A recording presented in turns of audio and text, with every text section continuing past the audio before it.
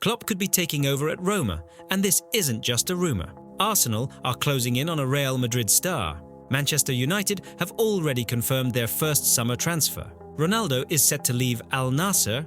Xavi Simons is already on Premier League radars. Our tradition, 400 likes on the video. Your tradition, waiting until I remind you to actually hit that button. Shall we stick to the routine? Perfect. Now let's get into the freshest transfer bombshells. Jurgen Klopp to Roma. Can you picture it? Yeah, me neither, but it looks like we'd better start getting used to the idea. According to Italy's La Stampa, Klopp suddenly has a wild craving for pizza, pasta, and whatever else the Eternal City has to offer. The story goes, starting from the 2025-26 season, Klopp is officially set to become the boss of the Giallorossi. And honestly, whether or not he speaks Italian doesn't even matter. The language of football is universal, and let's be real, Klopp's got the whole gesturing thing down already. The funniest part? Not long ago, it seemed like Jurgen had shaken hands with another club that's about to change ownership. But just minutes after Roma's match against Milan, with the Olimpico practically in tears as they bid farewell to Ranieri, Klopp suddenly changed his mind. Apparently, the Roman sun just shines brighter. So, Jurgen, is this love at first sight or just a bold career move? Right now, Klopp's in charge of the Red Bull football empire, but it looks like he's had enough of building global strategies and wants to get back to that locker room buzz and the thrill of victory. Then again, let's be honest, victory isn't exactly the everyday scent in Rome. Sometimes it feels more like a Fellini drama than a football success story. But Klopp, as always, is thinking big. He's already demanded 6 signings from Roma's board, 3 for the starting 11, 3 for the bench. We're talking a centre-back, a right-winger, and a striker. Is he sketching out a new Liverpool, or will it be something completely different? Either way, Roma fans are already buzzing about the changes ahead, even if there's a little anxiety. Will their budget be able to keep up with Klopp's ambitions? And honestly, who could have predicted Klopp would make the leap to Italy, after he once said he'd never coach there? Just goes to show, in football, as in life, you should never say never. So now, Klopp is potentially set to direct a brand new Roman football drama. What do you think, guys? Do you believe in Klopp's project at Roma, or are you already betting on another flop? Drop your thoughts in the comments.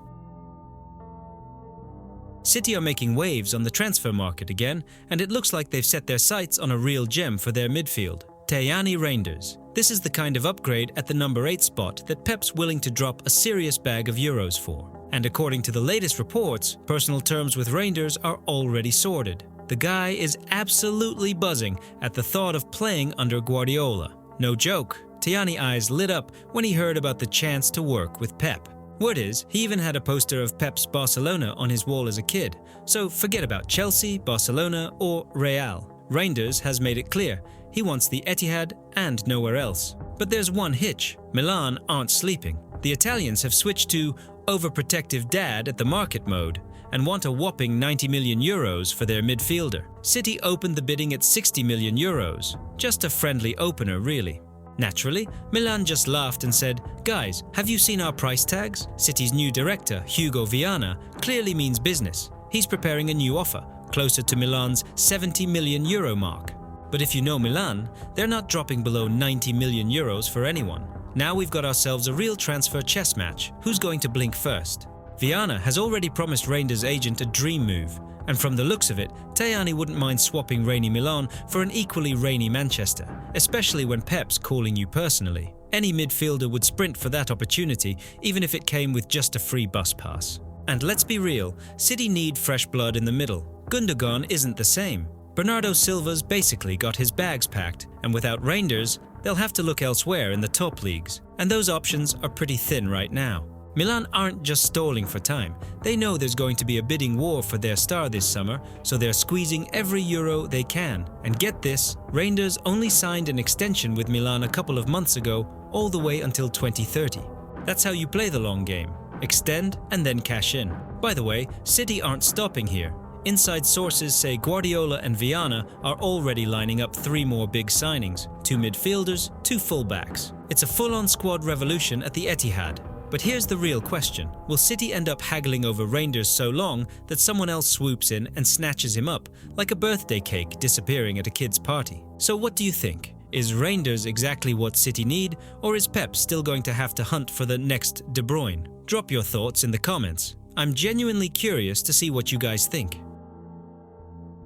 Manchester United have finally decided to break the vicious cycle of dull transfers and are now seriously going after Wolves' main man, Matheus Cunha, the Brazilian who's been lighting up the Premier League all season.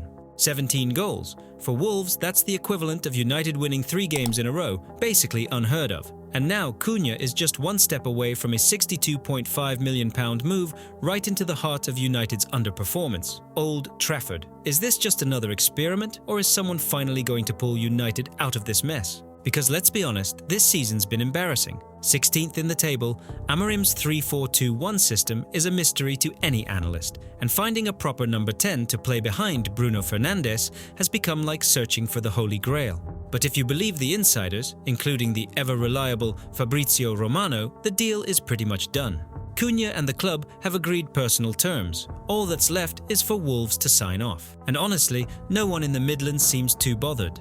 Cunha extended his contract in the winter, but with the clear understanding he'd be allowed to leave for the right price this summer. United are ready to trigger his release clause, and for the Red Devils, £62.5 million actually sounds, God forgive me, like a reasonable investment, especially compared to some of their previous flops on the transfer market. And Cunha isn't just a goal scorer, he's been carrying Wolves' attack, and with such a weak supporting cast, it was the Brazilian who kept them from totally collapsing. Now he's supposed to fix United's gaping hole between midfield and attack. Will he pull it off, or just become another almost striker lost in this circus? Good question.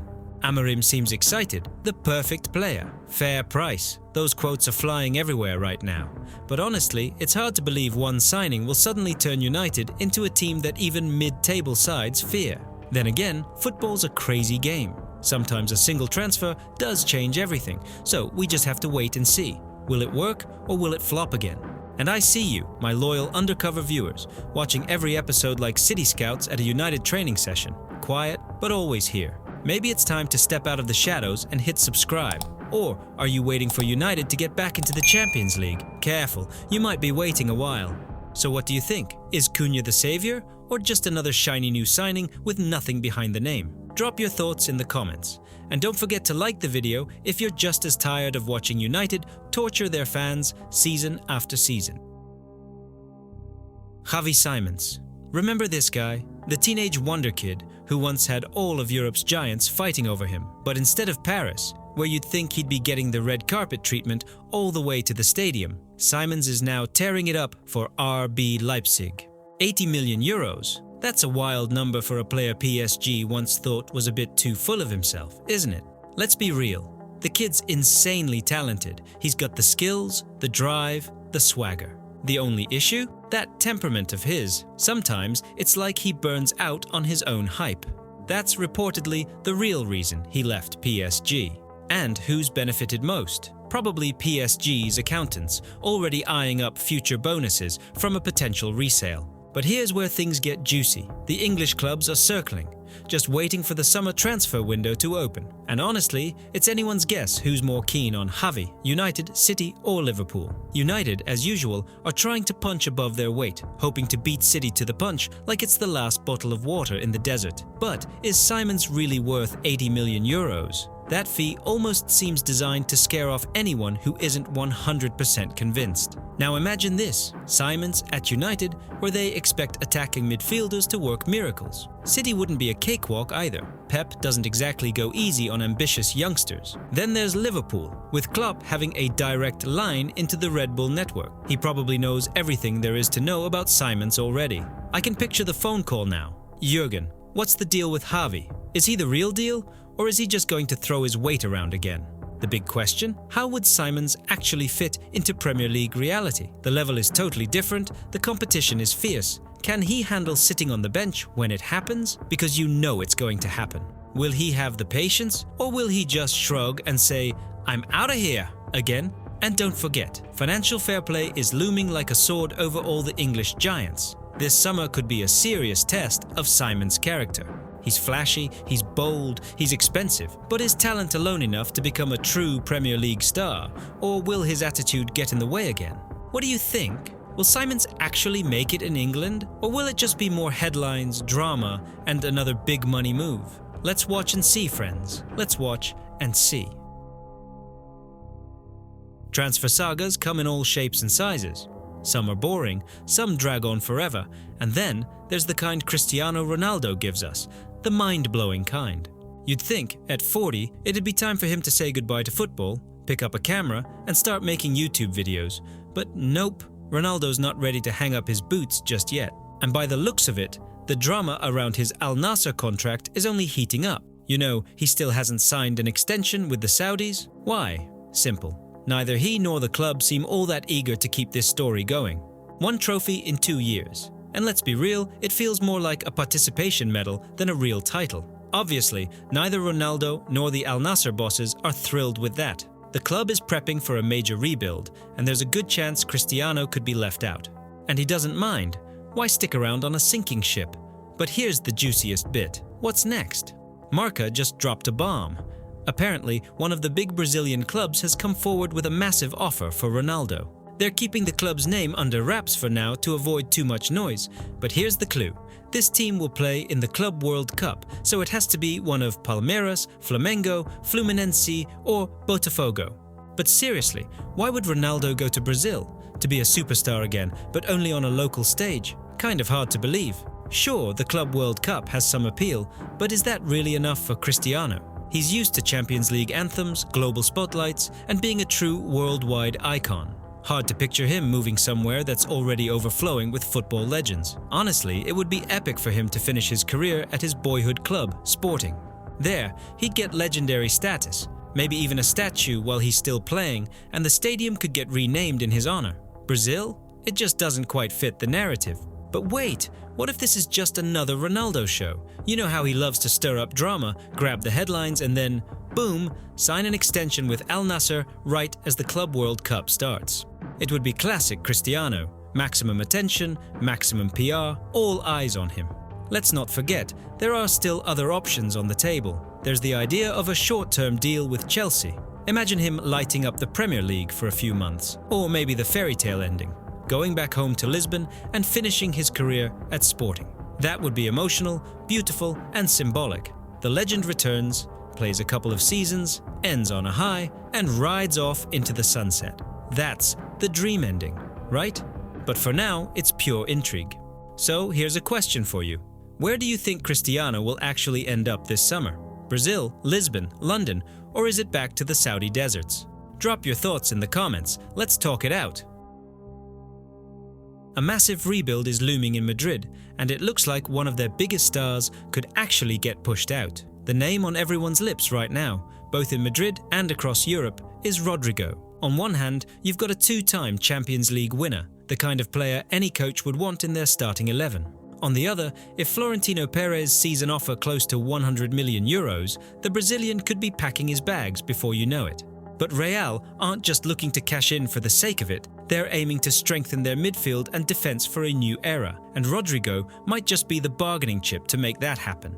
There's already a line forming for him. Manchester City, Liverpool, Arsenal, even PSG are peeking in from the sidelines, but Arsenal in particular are really making moves behind the scenes. Arteta's clearly tired of being so dependent on Bukayo Saka. He's been carrying the team, but you can't play on one wing forever. That's why Rodrygo is the perfect candidate to bring some pace and flair to the Gunners' attack. London has had their eye on a versatile attacker like him for ages, someone who can score, create out of nothing, and link up play. You know who else tries to create something out of thin air? Me, when I wonder why so many of you watch these videos but still haven't subscribed. It's like Arteta with Saka. It works, but imagine how much better it could be. Hit that subscribe button. Add a little drama and pace to our stats, and you'll get guaranteed updates. As for Chelsea, the situation is like a soap opera about finding a real striker. Enzo Maresca's taken one look at his forward options and doesn't look impressed. One misses, another's injured, the third seems like he's only seen football on TV. So for Chelsea, Rodrygo isn't just a fantasy, he's a real chance to stop being a punchline up front. Of course, Real aren't letting Rodrygo go for pennies. You hear numbers thrown around, 100 million euros, 100 million pounds, 119 million euros, and then suddenly someone mentions 70 million euros. Classic Perez, when he starts negotiating, you could see $1 million added for a bottle of water. But the reality is, even with all the numbers and price games, Rodrygo is no longer considered untouchable. The club's not clinging to him, and Rodrygo himself doesn't seem keen to stay in the shadow of Mbappe and Vinicius. Talks with top clubs are already happening. Meetings, negotiations, agents doing their thing, and Twitter's already full of Rodrygo in different kits. Arsenal are especially active, though so far it's just early discussions. No concrete bids yet. It's classic. Everyone's waiting for summer, when the real transfer chess game begins with numbers, leaks, and inside scoops. But here's the thing. For Arsenal, this deal is a shot at taking their attack to a new level. Given how much they rely on Saka, adding Rodrygo is basically like getting a second Wi-Fi connection at home. More stability, more options. The big question: are Arsenal or Chelsea actually ready to drop 100 million euros for this Brazilian? The competition is fierce, Real's demands are sky high, and Rodrygo himself seems open to a change. And honestly, don't be surprised if a Black Swan club from the Premier League or PSG jumps in at the last second. So, what do you think? Who's actually going to land Rodrygo this summer? Or will Perez work his magic and keep him in Madrid for another season? Drop your thoughts in the comments. Which club needs that Brazilian spark the most? Arsenal, Chelsea, Liverpool, or PSG?